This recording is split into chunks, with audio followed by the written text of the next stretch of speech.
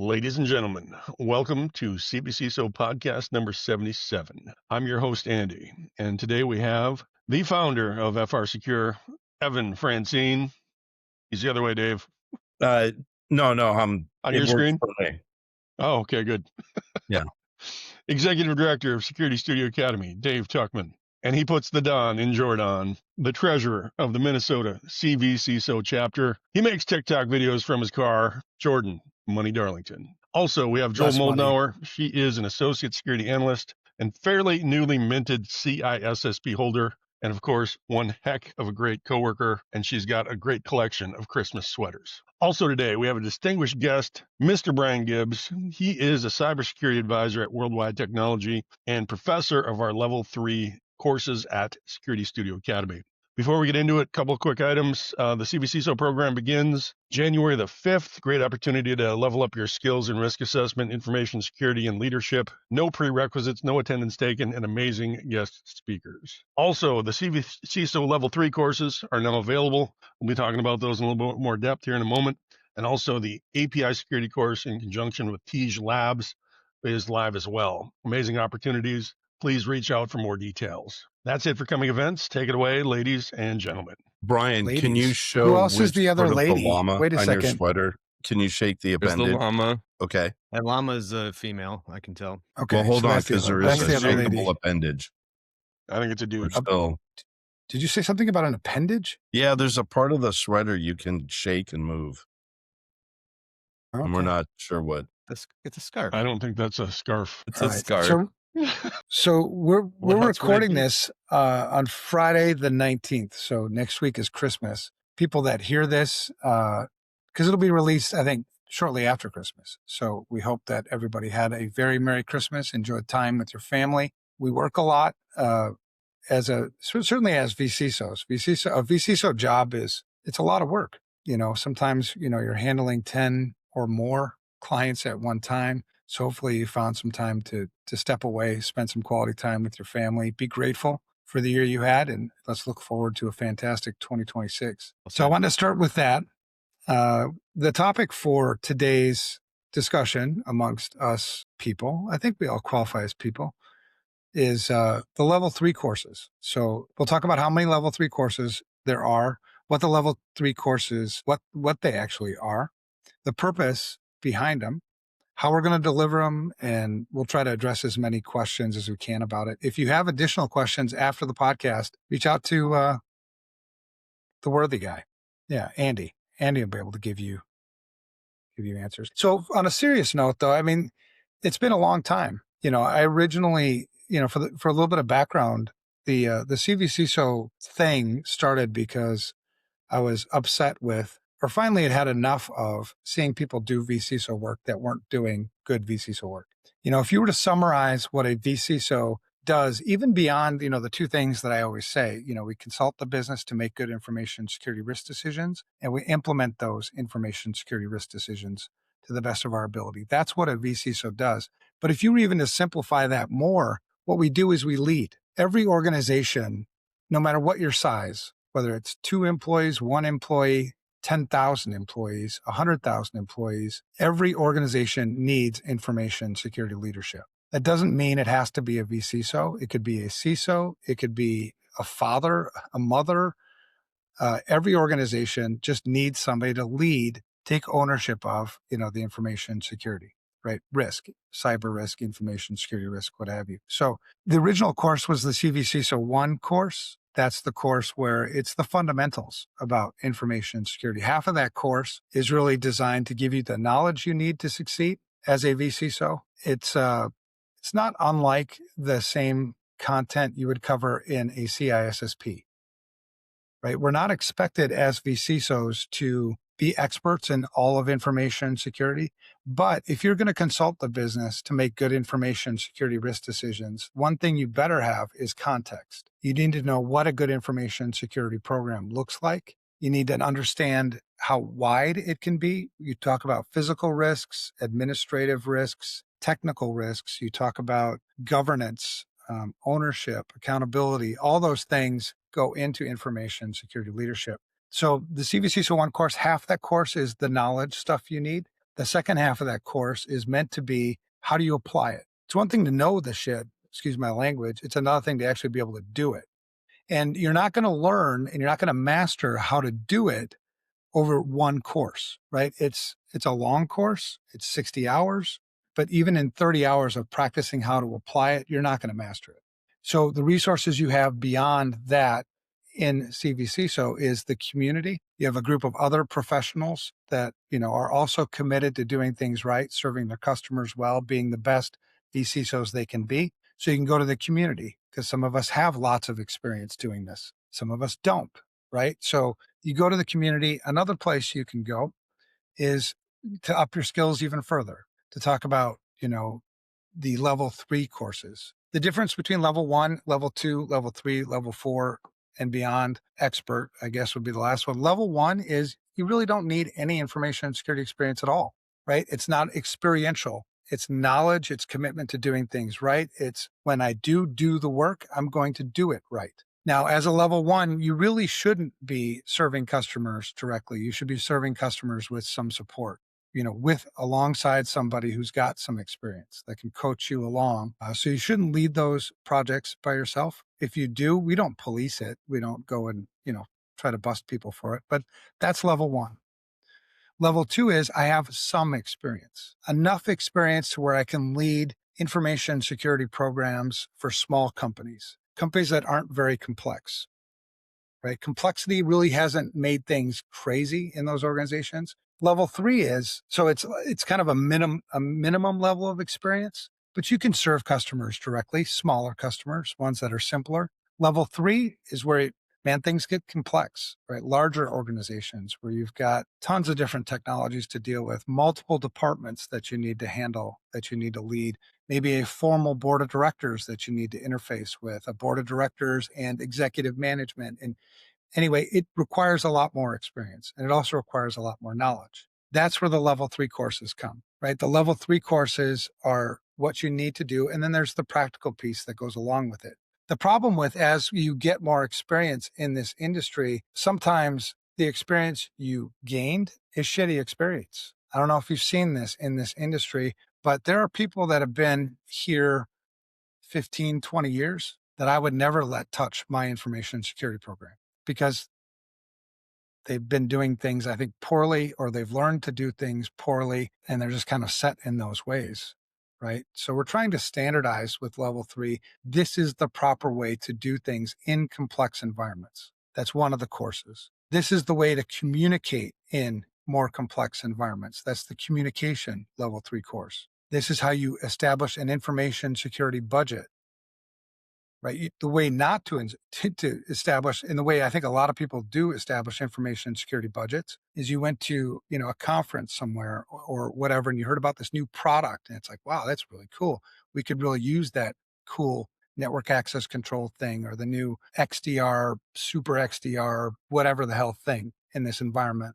You might need that, but is it justified? Is that where you should spend your next information security dollar? If it's not, then it's not justified. I would much rather not spend information security dollars, not spend a single information security dollar, than to misspend an information security dollar, right? So that's the third course in the level 3, is how do you build a justified information security budget?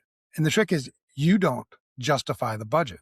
The business justifies the budget. So there's a lot to learn in those things. So anyway, I opened up with a whole bunch of stuff, but I wanted to lay out kind of a foundation for what level 3 is supposed to be. When you talk about additional levels, when you talk about mentorship, that's a course that we're still developing. How do you mentor other people in this industry to be good VCISOs? And then when you talk about expert level, that's somebody who's done all of this and also has, I think, a ton of experience that they can share. So I outlined it. Sorry it took so long to get us through that, but that should give us some context for when we're talking about level 3, the level 3 that was courses, awesome, and that's what we're going to talk about today. Appreciate that. Yeah, just to help explain how everything kind of fits together in the context of it, because a lot of us here are familiar with it kind of from what we've been doing behind the scenes, but now we've got the opportunity to kind of go to market with the whole program to be able to talk to people,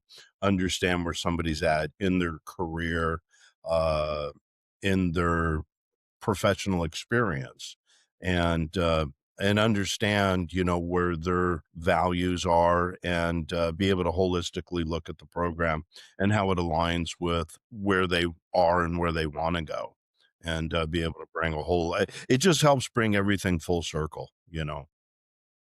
And So, a level three CvCISO should be qualified and experienced enough to work as a VCISO in essentially any environment. So you have the level one, really shouldn't be working, doesn't have experience yet, really shouldn't be leading as a VCISO anywhere yet. Level two, kind of the middle area, smaller size of small to mid-sized businesses. They're qualified to lead those security programs. Level three is, takes it to that next level. And as you mentioned, I think in the intro, Andy, we're blessed to have, one of the early CvCISO, adopters step in who's got experience and help us deliver, help us train, help us teach those courses. I'm good at designing stuff. I'm not good at doing stuff. So the design has been out there for a while, having the right people to do it, Dave and Brian in particular, and in the background, Fatima and others. I'm super excited because it took us a while to get here. Yeah, it's exciting. It is a blessing to be here and help share the knowledge and things over time that we've all learned. But I just had an epiphany listening, to you, Evan, about this role really is about leadership, right? You're bringing in that cyber leadership into a business, into an organization that probably didn't exist, right? Because a VCISO is not going into a company that already has a CISO. There's that void and that lack, and that's why you're going into that organization. So it's really cool to put that perspective and that cap on, to think about that. When I got to thinking about that, because in our own, a lot of things grew from FR Secure, and as I've been talking to the executive leadership team at FR Secure, which runs a very, very successful VCISO practice and is willing to help anybody, I think, do things right. So organizations, if you're somebody or an independent, if you want to build your own VCISO practice, let's get in touch. Let's try to, the ultimate mission is to fix the broken industry, and there's a lot of industry to fix. mm-hmm. But the leadership thing kind of came to the forefront because when you look at what the market is today, the total addressable market, for VCISO, if you say let's just say it's 20 to 2,000 employees. You'll have VCISOs that are working in enterprise environments and things like that, but that's a very messy market. You've got Deloitte is probably the leader there with about 14 to 16% of that market. So the enterprise, they're not going to come down to the small to mid-sized business. They're not going to start working in this market. So this total addressable market for us, the sweet spot is about 700,000 to 900,000 organizations. So, and of that, estimate maybe 5% are being served by a VCISO. And we're not even going to get into the weeds on how many of those VCISOs are actually doing it right. So this is a fantastic opportunity now to establish this standard, establish how do we serve this market really well. Every one of those organizations needs information security leadership, especially now as the world continues to get more and more complex. As you continue to adopt new technology irresponsibly, it makes the need that much more. One of the things I was also thinking about this week with the ELT, one of them brought up, what does AI do to the consulting world? Like, what does AI do to VCISO? And it's interesting because what AI will kill in the next 2 years for sure is tool consulting practices that lead with tools and consulting practices that lead with compliance, because both of those things can be automated. Both of those things can be done with AI. What won't be replaced is leadership. What won't be replaced is the accountability, the way we do VCISO practice. If anything, the need becomes even more. So it's a great time for us, even given AI, I think for us to kick some ass, but make sure we do it right. So again, I went down another side track. Well, I have to actually write a paper for them now because they're like, how do we AI proof? And I'm like, the cool thing is when you don't AI can't do that relationship piece, right? No, and it can't do non-commodity work. It can't. It can do. It's built to do checklists. It's built to do repeatable processy type things. It's not built to use critical thinking. It's not, because it doesn't do critical thinking. It's not built for conscience. It doesn't have a conscience. It's not built for ethics. It doesn't have ethics. So it's an interesting place for us to be right now, I think, as VCISOs, especially if you do it right. If you're going to do VCISO, I think the way a lot of companies do, it's almost like a VCISO light. There's really no leadership built into it. It's tool-based. It's checklist-based. It's compliance-based. We mentioned CMMC. If I use CMMC as a leader into doing VCISO work, that's not going to work. It's going to fail. The way to do it is to do the VCISO work, the leadership, and build compliance into it. That's the ultimate, kind of way things are going to go. But anyway, let's talk about level 3 courses. The first one I want to talk. Just real quick, man. if you don't mind, when you were talking about the AI, it reminded me of something we would talk about in the ISACA chapter of, who's auditing the auditor? And I'm just kind of hearing some overlap in what you're sharing into the thought processes that went into the conversations we would have on that topic. And then the other thing I just wanted to add, and then we'll jump in, was how important it was what you were sharing about really we provide leadership. And all of us will sit here kind of from the perspective of the VCISO, kind of wondering, defining ourselves and things like that. But that is the one thing that our clients are expecting of us. So if we look at it through their lens, that's where we can shine and bring that value to the relationship. Absolutely. So, yeah, good point. So let's talk about the first CvCISO course. The first one is complexity, managing information security in complex environments. CISO E. Let's talk about that. I'll let you guys. The original purpose for this was complexity is the worst enemy of information security. Always has been, always will be. The more things you add into an environment, the harder it is to secure it. Just use a simple example of, what's easier to secure, a network with 20 computers or a network with 2,000 computers, an environment with 50 apps or an environment with 500 applications. And I've said it many, many times before, the number one thing you can do around information security, so if you ever get asked this from an executive, what's one thing we can do? Everybody wants to know that. What's the one thing we can do? The answer is situational awareness. That's the one thing you can do. And so what that means is knowing the environment you're working in, understanding the context in the environment, in a complex environment, because in most cases, if you actually knew how to manage the environment to begin with, you would have never let it get complex. mm-hmm. What happens is not understanding how security works, oftentimes not understanding how technology works, oftentimes not understanding how technology should drive the business. If there's no value in anything in the environment, why the hell is it in the environment? We have this marriage with data, try to take away people's data. I was talking to a friend of mine who just this last week, he's struggling with his backup, his NAS device, NAS network. What does A stand for? Whatever. Network S is attached storage. Attached storage. There we go. He got this NAS device and he's complaining about how long it takes to back up his data. I'm like, well, how much data are you backing up? It's like, well, it's like almost a petabyte. I'm like, what in the hell are you doing with a petabyte of data? He's like, well, it's got blah, blah, blah. I'm like, get rid of it. Correct. if you don't need it, get rid of it, right? You talk about like something as simple like the concept of data retention, for instance. There's only 2 reasons to keep data. There's a legal requirement for you to keep the data, or there's a business requirement for you to keep the data. If there's no legal requirement or business requirement for you to keep the data, get the hell rid of the data. The only reason why you're keeping the data beyond that is some emotional attachment to it. I don't know. You get infatuated with data. But anyway, in complex environments, we let things get away from us. We buy things, fear of missing out is a big motivator for buying things.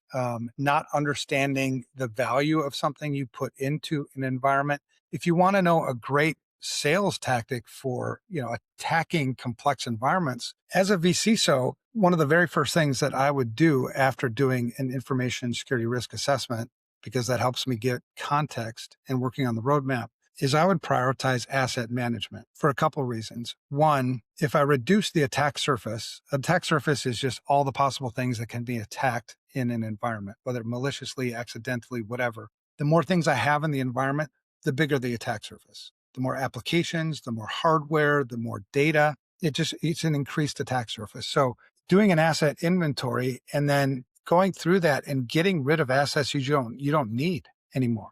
Start with hardware and software. Don't worry about data yet, because in most environments, it's going to take you probably a couple of years before you're even going to get there, which is great as a VCISO, because if it's going to take us a while to get there, we probably have a nice 3-year monthly recurring revenue contract with this client to get that. You know what I mean? So it's a win-win. But immediately going through the software, you find that you have hypothetically 100 applications. 20 of them you didn't even know you had anymore. 50 of them are dual purpose, right? You've got, whatever, just hypothetically. But let's say that you can get rid of 50 applications in this environment. You reduce the attack surface, which reduces risk, which is what we do, right? But we also saved a shitload of money for the organization. So that's just one of many strategies around how do you tackle complexity. There's different types of complexity. You've got, technological complexity, which is what I just sort of referred to. You've got organizational complexity, where, you've got multiple layers of executive management. You've got multiple departments. You've got multiple subsidiaries. You've got God knows what else. We have a lot less influence, I think, as a VCISO to cut that down, but we have to account for it. Another type of complexity is process complexity. For some reason, people think, well, if I take 20 steps to do this thing, I must be doing it more right than if I could have done it in 2 steps. It usually shows, I think, a lack of understanding of what the hell you're working with. If I can do something in 2 steps as opposed to 20 steps, from a security perspective, that's 18 less steps of where a mistake might happen. Right. So complexity is a really, really big deal in information security. And the reason why we need this going from level 2 to level 3, in a small organization, let's say of like 100 employees, chances are pretty good it hasn't gotten all that complex yet. And if it is, you can probably handle it. But when you talk about, a few thousand employees, it's really common for shit to have gotten out of hand. And there's lots of purposes, reasons for it, whatever. Yeah, absolutely. And mergers and acquisitions can happen. High turnover in IT can often cause that, because the next person that comes in puts in the solution that they want. And then you have a hodgepodge of all these different solutions out there. So yeah, taking that time to just step back and pause and reevaluate can really help reduce that. And then those funds that you free up by getting rid of those 50 extra applications and consolidating down can help quite a bit as well. For sure. Say, Brian, how did you come to be here and be like a part of this and wind up in the instructor? We go way back, me and this guy. We go back probably 12, 15 years, somewhere in there. Met Evan when a pen test and a security assessment was going on at a health insurance company that I worked at. And I just started following Evan on LinkedIn. And then when the CvCISO program came up, I was like, oh, I got to do this. And then we were able to reconnect through that initial cohort 1.0. And the cool part about that class was Evan was doing the slides as he was teaching. I think he had another laptop off to the side that was like producing them as he was going. This was before OpenAI and ChatGPT was even a thing, right? And Evan's over there like whipping these things out. It was pretty cool. It was so stressful, though. Don't do that. Yeah. But for me personally, I think for me too, it's like your commitment. He's been a guy that's been very committed, I think, to doing things right all along. And his background in complex environments, his background in larger organizations, being as varied as it is, I think makes him extremely qualified for it. Tell me more about that. What is your background in it? So for like me personally, one of the areas that I learned rapidly about random environments was working at an MSP. you would walk in and never have seen a product or a solution or even know how to fix something. And you walk out and the issue's been resolved, right? So I guess we used to call them trunk slammers, where you would just go from client to client to client, if you've ever heard that term before. Mhm. And I think that really added a lot to my abilities. And then I've always had a passion for wanting to know more about business. So I went and got my MBA a long time ago, and being able to leverage that knowledge and skills into understanding the business, like going up into the boardroom and defending an $18 million budget and why it was important to the business, and being able to talk to the CEO and the board level and communicate that and still walk out with my budget and not being shredded like everybody else in the room got shredded. Like those were the moments that helped push me along in my career and help add to the credibility to be able to come in and have these discussions. Yeah, for sure. Yeah. And then from where I sit, when I had the opportunity for the role, Brian had reached out right when it kind of got announced. And it turned out that coincidentally, Brian and I are both in San Diego. So we were able to start kind of talking, collaborating more, and just realizing just how aligned our values Did were. you surf together? Did you guys surf together? We haven't yet. But It's a little too cold this time of year to jump in the water. we're not Tough it up. Come on. Oh, it's 75 degrees, a little too cold for you. Yes, it is. But it, even through just when Brian and I were able to start getting some time together, just kind of hanging out and talking about stuff, I had shared that the level 3 courses were coming. They were always a priority to me. And I was sharing with them that I thought that they would be better delivered if they were instructor led. I wanted students' perceptions to be challenged, and to be challenged both by the instructor and the other students, which would just be lost through on-demand type of stuff. And so that created the need for someone to be the instructor. And with Brian's experience and knowledge, it was just a no-brainer. And he and I have just kind of hit the ground running on June or July-ish, and it's just honestly have never haven't looked back, and it just keeps going. We just go full throttle. You know, I also have some experience as the treasurer for 8 years at my church. So I've That's cool. refinanced several mortgages, which corporate mortgages are way different than a home. It's not a 30-year deal and all of that. It's a whole different model. And so being exposed in that process, going through the audits of the financials on a yearly basis, being a president of the foundation at my kids' elementary school and raising funds through that, and then helping to manage some of that stuff. Like those are practical applications that I can bring from outside the security realm that help with some of these other discussions with the communications class. You know, I'm always learning and evolving in that'll never end. But then the budgetary class and understanding the budgets, because one of the cool things with the budget course is that it can also help your own VCISO practice, which is really cool from that aspect, because you're learning how to read the numbers, you're learning how to create budgets for clients, but are you even doing that for yourself, right? And being able to bring some of those experiences in, which is really cool. So you get practical knowledge that you're walking away with from these courses, and templates and things that you can use and leverage immediately. Yeah. And it's a team effort. I mean, I think experience, it's like a collaborative experience. My experience with, complex environments is, I'm like old now, so spent a lot of time in a lot of different places, but It's his from, birthday. shush, man. Happy birthday.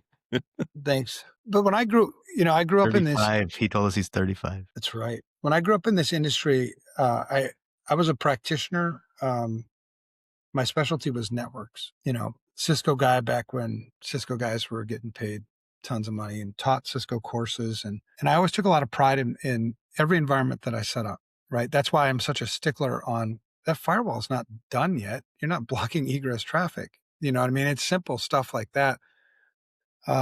Back in the day, it was easier to do those things. it was easier to set up a secure network because it was much less complex than it is today. As we continued to throw more technology at things over and over and over again, it just got way out of hand. The best place, my favorite place that I ever worked was a place called Jask Software, and we made Paint Shop Pro. Back then, it was .com days, and I had full reign. I had full, creative, whatever. And my network was badass. It was done right. We had complex things, but we understood the complex things, and there was a purpose for the complexity. Then I went from there to U.S. Bank. The only job I ever had that I was actually depressed because it was shit. I don't understand why half the things they had put in this environment, they put in this environment. So you come from this place of like so committed to doing things right, and you go into an enterprise look, where it's not about doing things right. It's about politics. It's about God knows what. So my job there was to build their Checking incident the response box. team. That's probably what happens a lot in those things, right? Well, in politics, and just buying things because somebody wanted to buy it. Right. There's Some no vendor justification took you for out it. to dinner and now you own XYZ, right? Right. And my job there was to build their threat and vulnerability team and their incident response team. There was no incident response at US Bank at that time. So in order to do threat and vulnerability, well, you have to understand the environment pretty well, right? And it started really with intrusion detection systems, lots and lots of intrusion detection systems. The right way to run an intrusion detection system is you need to tune it. It doesn't do shit for you for the first 6 months in a lot of cases because it's so much tuning. When you tune something the right way, you have to do root cause analysis on every one of those alerts. Is this actually a false positive or is this a true positive? Do I need to tune it out or leave it? And so the complexity of that environment became like, oh my God, I went from there to United Health. United Health was another cluster, large organizations. And then over the years, working as VCISO for a few hundred probably clients over the years, both large and small, you learn certain things and trends that if I could do these things over again, this is the way I would do them.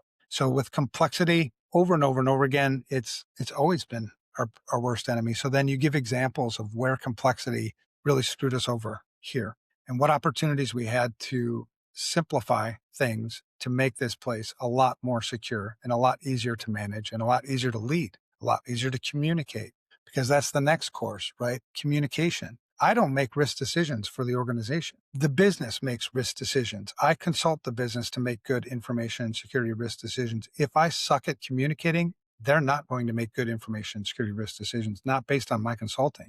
And this comes from, I think, years and years of navigating politics, years and years of working with other CISOs, enterprise CISOs, friends that you've made over the years. And the one thing we like to complain, especially when we're in our little groups, right? Our little peer groups, like, I can't get budget.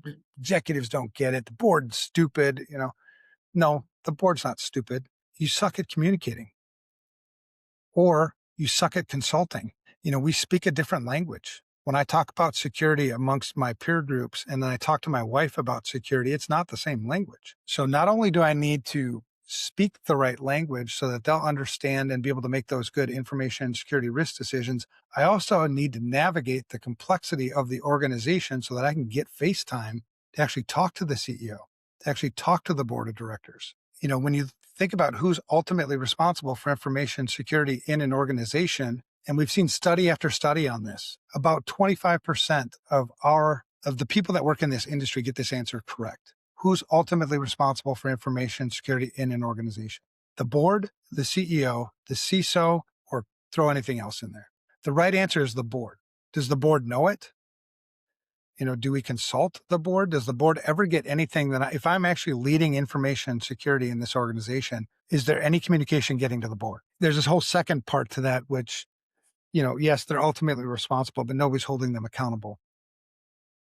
That's a bigger problem. The problem with accountability is that's an industry problem. We've got legal issues, the legal communities, they like it the way it is because they're making a shitload of money, with a lack of accountability because you get all these lawsuits all the time. They get 20 to 30% of the settlement. I mean, there's lots of things to play there, but eventually accountability will work itself out. And the businesses that we consult need to know that they are the ones who are responsible, and it's not a cost center. This isn't, if information security, if you put a control in place within an environment and it restricts the business's ability to make money, it's the wrong damn control, or it's designed improperly. You know what I mean? So there's lots of things that come with communication. And I think most CISOs, most security people, it's not natural for us to speak the language of business, which leads us to the third class, which is budget. The language of business is not information security. I know what it is. Language, yeah, It's right? accounting. The language, it's accounting, absolutely. And in all of this too, right? As a security person, there's three things you need if you want to be able to communicate well with an organization. There's three things you absolutely have to have: trust, credibility, and likability. Do they trust you? Are you credible? Do they like you? Are you the asshole that's always coming to the party and pissing on everybody's birthday cake? You're not going to get invited back. So you see CISOs like, I can't get time with the board. Well, they don't want you in their party, man.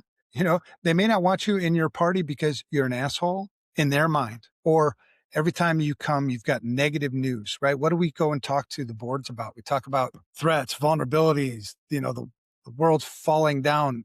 Who wants to hear that every time?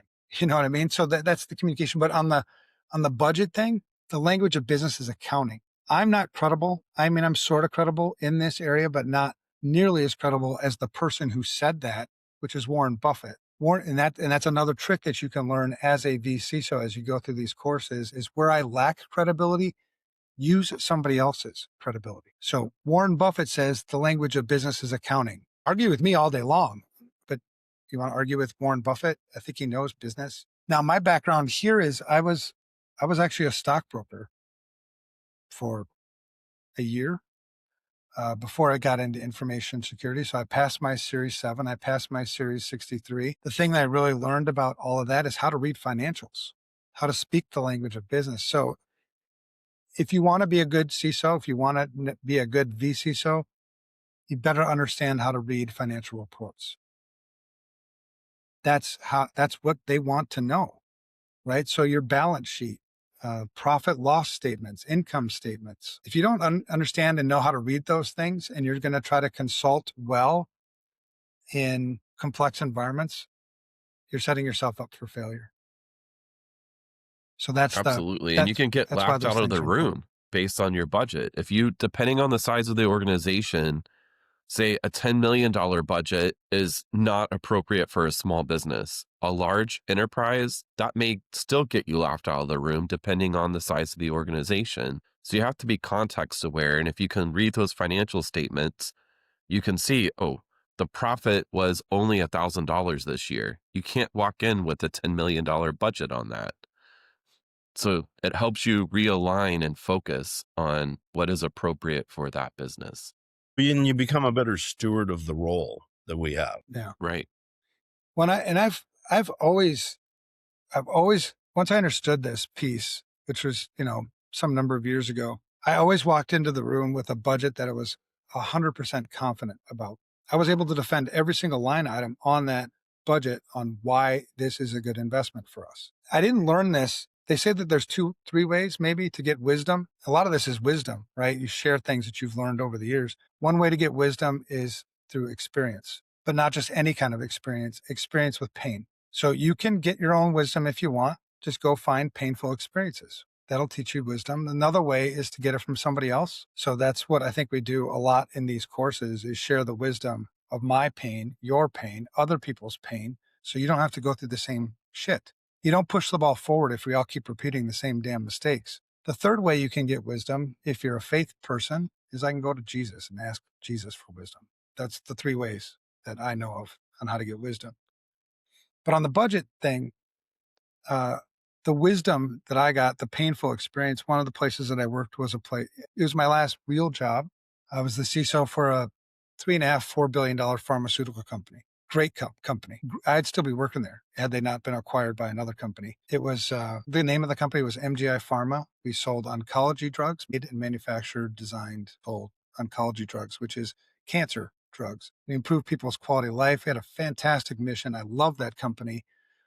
And there was I made a mistake. I bought a network access control device system that I thought was going to, provide us a lot of value.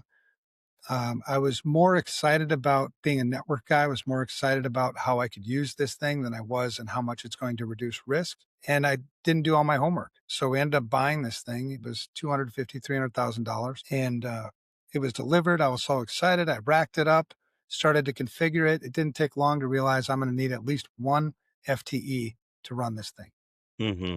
And so I didn't budget for a damn FTE. Had I done my homework up front, I would have known that I was going to need one FTE for this, and I would have budgeted for it, accounted for that in the risk, whatever. So it ended up being shelfware. It just sat on the rack. It was never actually turned on and used. Now, as a CISO, I felt like, and I did, I stole $250,000, $300,000 from this company's mission. Steal it?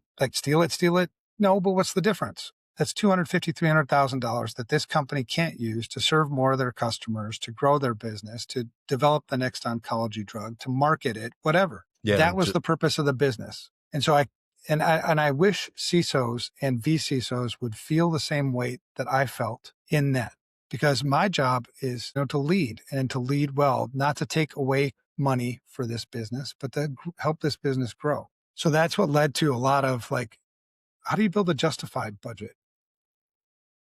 If I'm not the one making the information security risk decisions and the business is making these risk decisions, then there's the justification for the budget. They made these risk decisions. We've quantified it with the S2 score, or whatever quantification you're using. It moves the bar this much. They've made those risk decisions. These were all unacceptable risks for them. For us to implement those things, it's going to cost you $1 million. And then you go to, present that budget. And I'm oversimplifying this. You go present that budget and they're like, that's too much. Okay, well then let's go back to the risk decisions that we made. We're going to have to, accept some of these risks that were previously unacceptable to us in order to reduce that cost.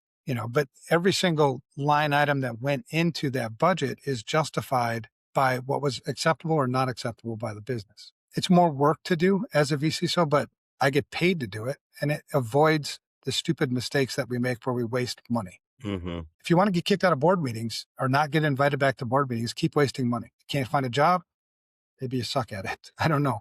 But that's the thing that we're trying to teach with all these courses is this is the proper way, the defensible way for you to manage complexity. This is the proper way for you to manage communications in the organization. This is the proper way for you to handle another not your money, the organization's money, to make the most impact. Yep. And as you've taught in the past too, you're making that defensible roadmap because you don't have to do it all in year one. You'll end up with all that shelfware. So when you build it out appropriately and you're addressing the biggest risk up front and you're helping to reduce that, that's the value that you're bringing that others don't have.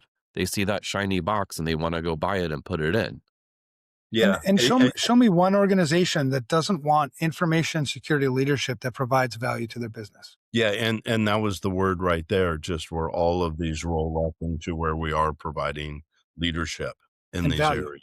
And it's interesting because, you play these scenarios out in your mind. When I first started VCISO stuff back in 2008, 2009, there was no shortage of people that would hire me to be their VCISO.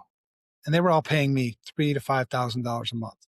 I hadn't formalized and thought through this value thing. How do you provide value to the business? And so it dawned on me, I don't think I'm providing value to the business. So I had called some of my customers and I'd asked them, why are you paying me? And they said, well, they'd be like, well, idiot, you're our VCISO. I know. Well, what value have I provided to you in the last 6 months? Well, it's not so much that, it's having you there when we need you. I'm like, that's a retainer, right? That's not what you're paying for. And it doesn't cost you any money to pick up the phone and call me.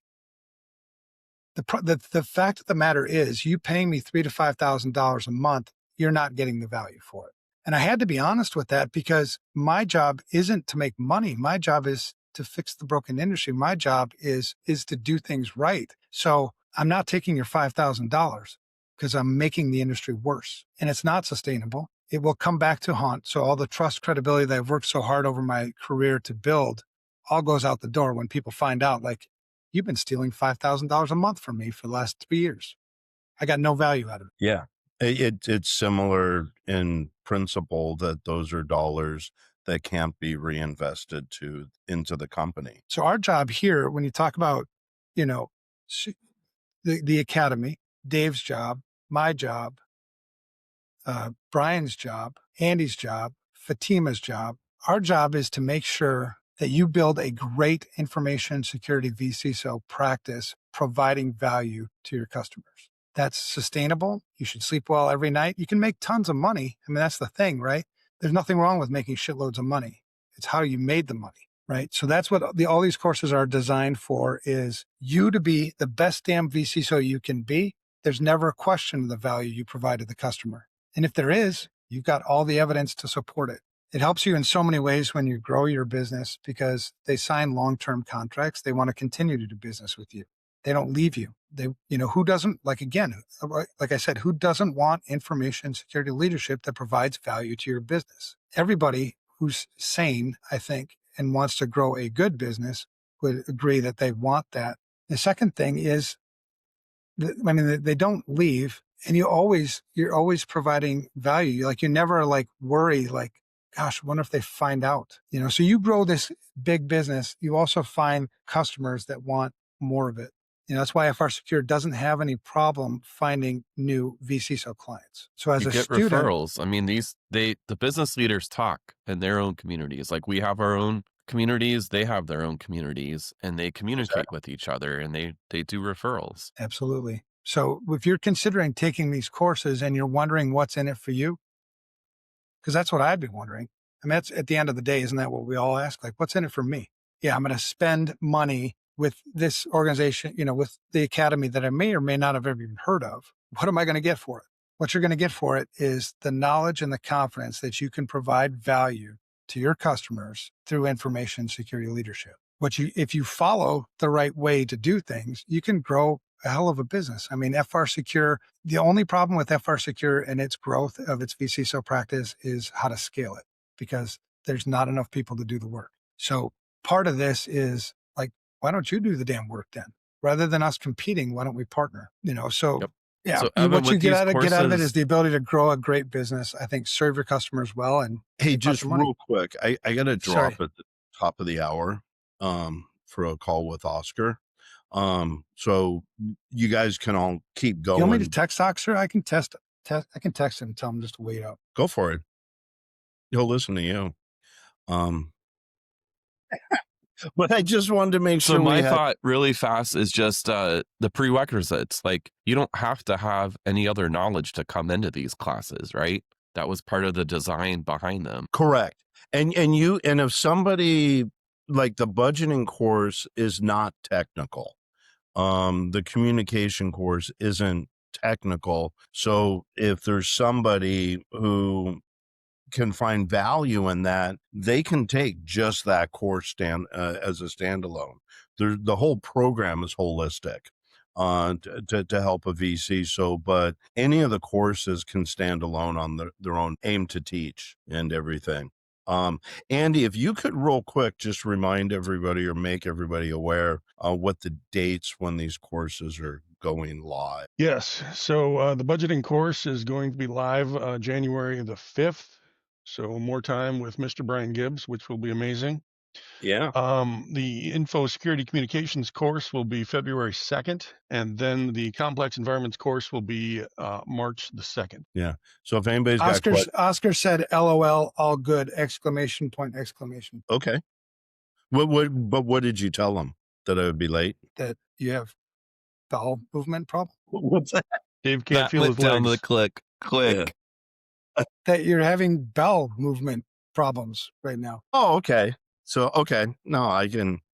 Oh, now I know what to Is it a proceed lie, with. Dave? I mean, is it a lie? I mean, Tell the world, Dave. Tell the world.